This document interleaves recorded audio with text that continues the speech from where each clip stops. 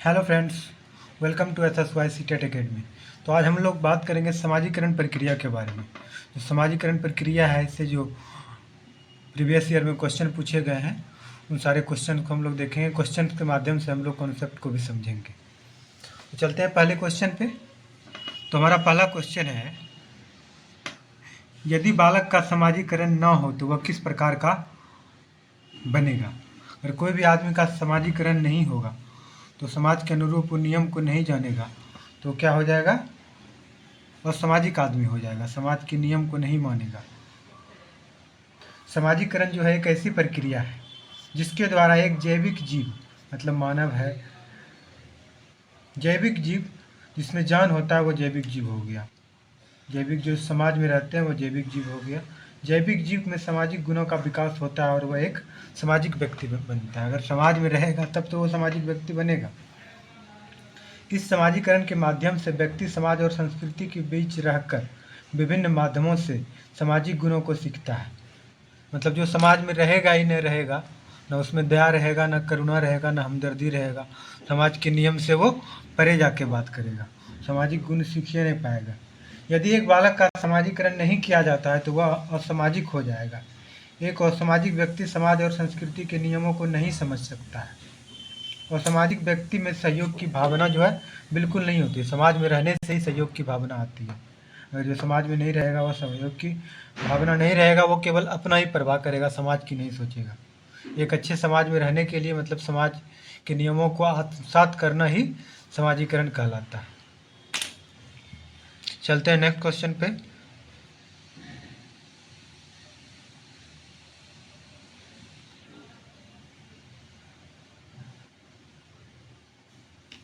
बच्चे का समाजीकरण निम्नलिखित में से किसके माध्यम से सबसे अच्छा प्रभावित होता है। तो बच्चा का समाजीकरण इन चारों ऑप्शन में किसके माध्यम में सबसे अच्छा से होता है। यहाँ पे देख सकते हैं, सामाजिक रूप से परिपक्व वयस्कों का उदाहरण लेकर, मतलब वयस्क से बातचीत करके। सेकेंड ऑप्शन है व्यवहार में सामाजिक रूप से स्वीकार रूपों में छोटे बच्चों को प्रेरित करके। थर्ड ऑप्शन है कुछ नेताओं को उचित दिशा प्रदान करके।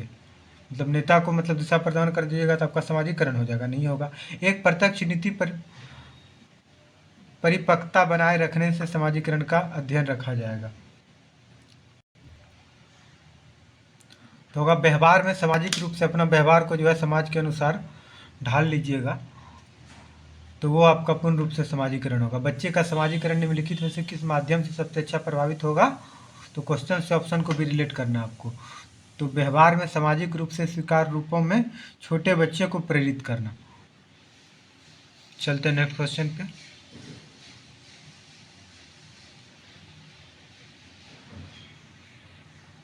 विद्यालयों को समाजीकरण का केंद्र माना जाती है क्योंकि वे बच्चों की डैश में मदद करते हैं। विद्यालय को क्यों समाजीकरण का केंद्र माना जाता है, बच्चा को वो किस चीज़ में मदद करता है।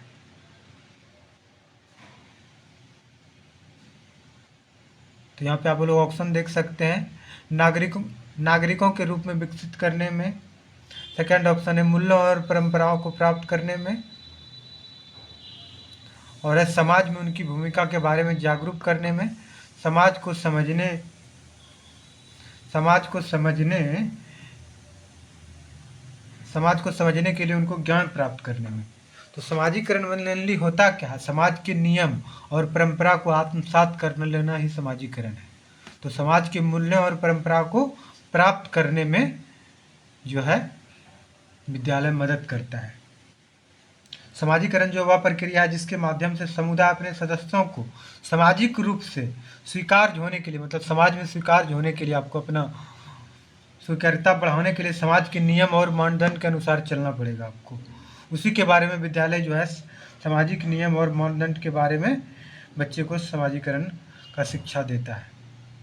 शिष्टाचार सिखाता है, संस्कृति के बारे में पढ़ाता है, सामाजिक मानदंड के बारे में विद्यालय में पढ़ाया जाता है। समाज के नज़रिया, रीति रिवाज, पर्व त्यौहार क्या, उसके बारे में पढ़ाया जाता है। चलते हैं नेक्स्ट क्वेश्चन पे। समाजीकरण को जीवन भर चलने वाली प्रक्रिया के रूप में परिभाषित किया जाता है जिससे व्यक्ति सामाजिक व्यवस्था के सिद्धांतों, मूल्यों और प्रतीकों को सीखता है। 8 नंबर जो है, समाज के मापदंड समाज में प्रत्यक्ष एवं अनौपचारिक रूप से शामिल होने से प्राप्त होते हैं।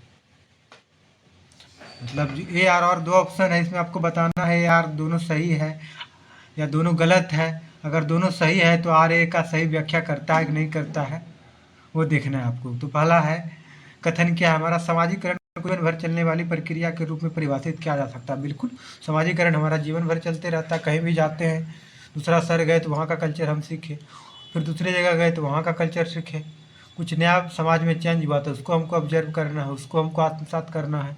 तो सामाजिकरण जो है जीवन भर चलने वाला प्रोसेस है। तो ये जो आपका ये नंबर तो सही हो गया। उसके बाद आर देखते हैं हम, समाज के मापदंड समाज के प्रत्यक्ष एवं अनौपचारिक रूप से शामिल होने से पर्याप्त होते हैं। अगर समाज का मापदंड आपको सीखना है, प्रत्यक्ष रूप से मतलब आपको समाज में रहना पड़ेगा, अनौपचारिक रूप से मतलब बातचीत में ही आपको एक दूसरे से संप्रेषण करके ही, मतलब कोई इसका थ्योरी किताब नहीं होता समाज के मापदंड का, बस ये सामाजिक बैठक में इसका फैसला लिया जाता है। तो सही बात है कि समाज के मापदंड समाज में प्रत्यक्ष रूप से सीखना पड़ेगा। तो ये आपका दोनों ऑप्शन सही है, ए और आर दोनों सही है और आर ए की सही व्याख्या करता है। ये नंबर ऑप्शन आपका सही हो जाएगा। चलते हैं नेक्स्ट क्वेश्चन पे।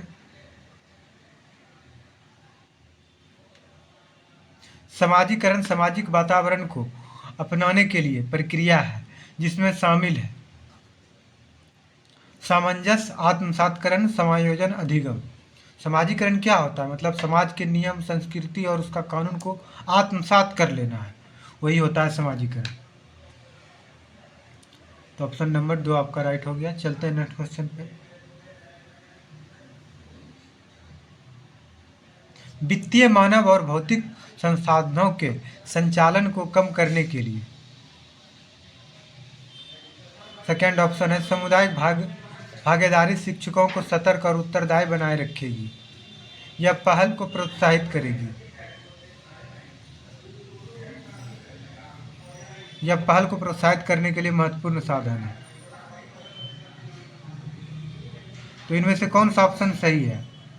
वित्तीय है, मानव और भौतिक संसाधन संचालन को समाज प्रदान करने के लिए, सामूहिक भागीदारी और शिक्षकों को सतर्क उत्तराधिकारी बनाने के लिए, यह पहल को प्रोत्साहित करने के लिए महत्वपूर्ण साधन है। इसमें देखना है कि आपको इनमें से कौन सा ऑप्शन सही है।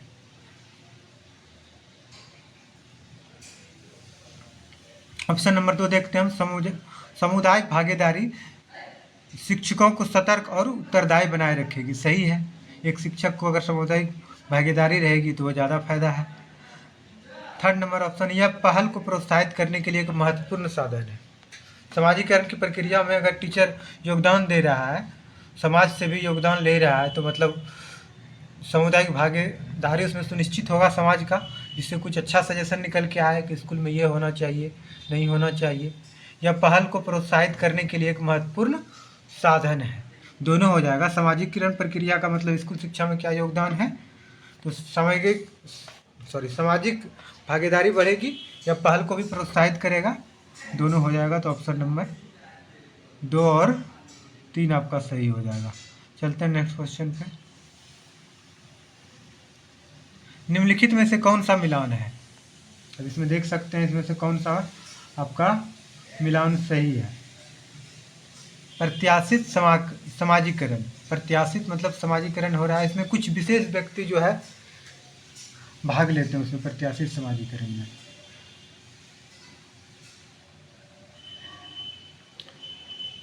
उसके बाद दूसरा ऑप्शन है प्राथमिक समाजीकरण। प्राथमिक समाजीकरण तो विद्यालय नहीं है, विद्यालय जो है द्वितीयक समाजीकरण है। प्राथमिक समाजीकरण हमारा परिवार है। तो इसमें से जो है दूसरा और तीसरा ऑप्शन तो ऐसे कट गया, बच गया एक नंबर ऑप्शन जो कि सही है।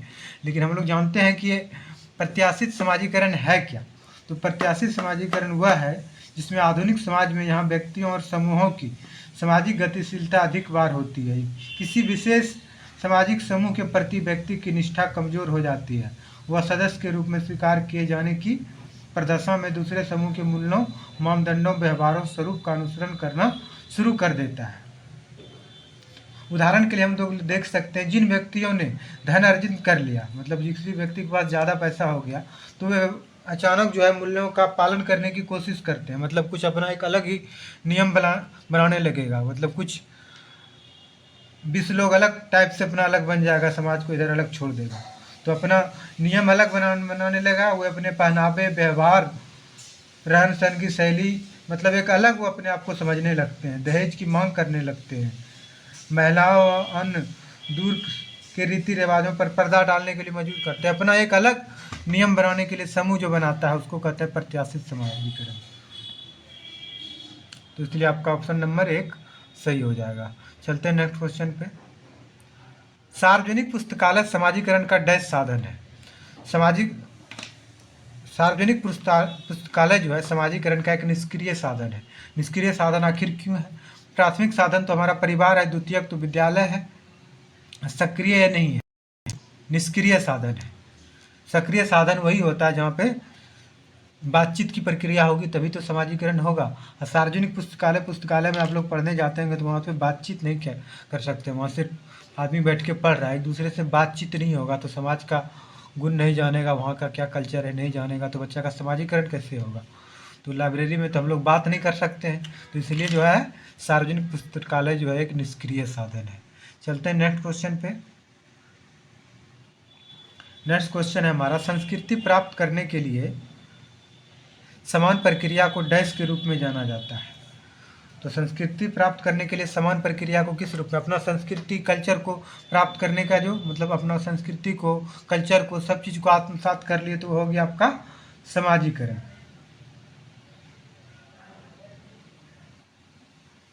ये आपका हो गया ऑप्शन समाजीकरण सही हो गया। निम्नलिखित में कौन सा बच्चों के लिए मित्रता का लाभ है? अब बच्चा में आप दोस्ती किए होंगे तो अपना एक बच्चा के रूप में सोच के देखिएगा आपको क्या लाभ हुआ होगा। तो फर्स्ट नंबर ऑप्शन है, बच्चे मित्रों के साथ स्कूल का ज़्यादा आनंद लेते हैं। सही बात है, बच्चों में दोस्ती होता तो मतलब फ्रेंड बन जाता था, तो उसके साथ ही स्कूल जाते थे, बहुत मज़ा आता था। एक नंबर ऑप्शन सही हो गया। सेकेंड नंबर ऑप्शन, मित्र मदद और आत्म सत्यापन का एक स्रोत है। सही बात है, मित्र जो है, कुछ जैसे हम पेंसिल भूल जाते थे, रबड़ भूल जाते थे, तो मित्र से मदद हो जाता था, खुद के बारे में चर्चा हो जाता था, बहुत तरह का बात होता था। तो बचपन का मित्रता का एक अलग ही बात होता है। बचपन का मित्रता का किसी भी टाइम मित्रता का एक जो है अलग ही बात होता है। तो इसमें कौन सा एक और दो, आपका दोनों ऑप्शन सही हो जाएगा। Thank you so much for watching. If you like my video please subscribe my channel. मिलते हैं अगले अपडेट में।